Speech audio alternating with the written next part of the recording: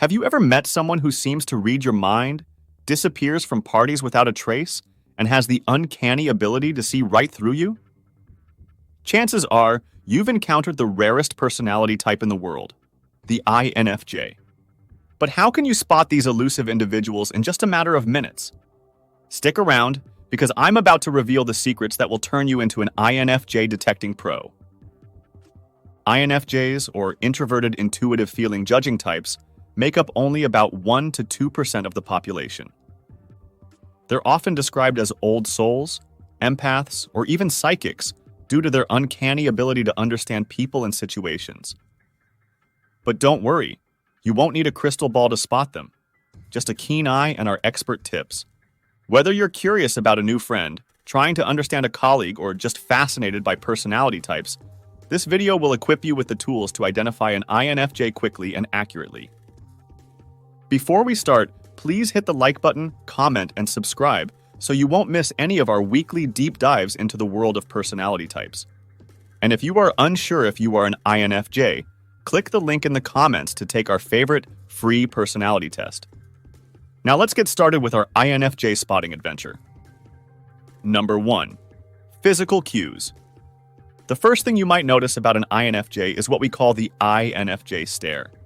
It's an intense, focused gaze that can make you feel like they're peering into your soul. Don't be alarmed, they probably are, but in the nicest way possible. Look for someone with a calm, reserved demeanor in social settings. INFJs often have a quiet presence, but it's one that draws people in rather than pushes them away. They might be the person sitting quietly in the corner, observing everything around them with those penetrating eyes. Speaking of eyes, pay attention to their facial expressions. INFJs often have very expressive eyes and subtle facial expressions.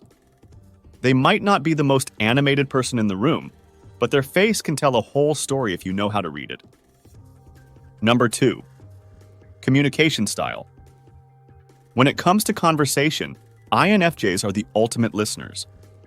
If you find yourself talking to someone who gives you their undivided attention, asks thoughtful questions, and seems genuinely interested in what you're saying, you might have an INFJ on your hands. Listen closely to how they speak. INFJs often use metaphors and figurative language to express complex ideas.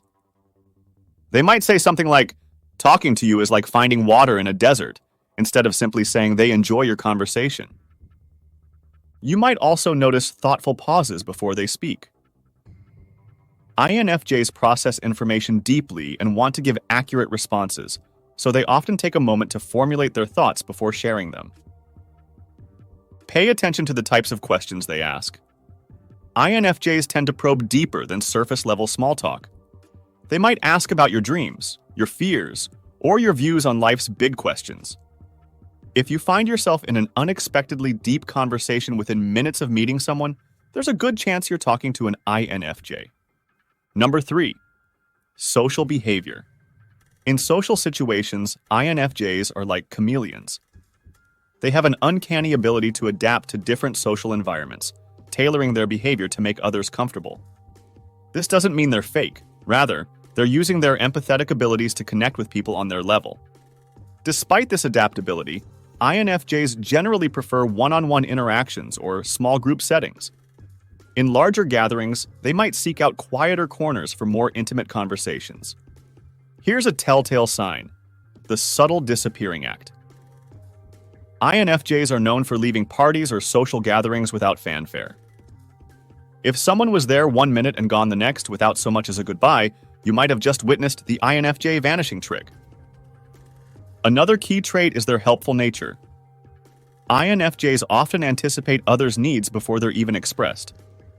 If someone offers you a jacket because they noticed you shivering slightly, or grabs you a drink without being asked, you might be in the presence of an INFJ. Number 4. Conversational cues. While INFJs are generally reserved, they can become surprisingly animated when discussing topics they're passionate about. Pay attention to sudden shifts in enthusiasm. If someone who is quietly listening suddenly becomes energetic and talkative when the conversation shifts to a particular subject, that's a potential INFJ indicator. Topics that often spark an INFJ's interest include psychology, personality theories, human behavior, philosophy, and spirituality. If you find yourself in a conversation about the nature of consciousness or the intricacies of human relationships within minutes of meeting someone, you might be talking to an INFJ. INFJs also love discussing abstract concepts and future possibilities. They might ask questions like, "Where do you see yourself in 5 years?" Or, "What do you think the world will be like in a century?" Their focus is often on the big picture and long-term implications rather than immediate practical concerns. Another telltale sign is their empathetic responses.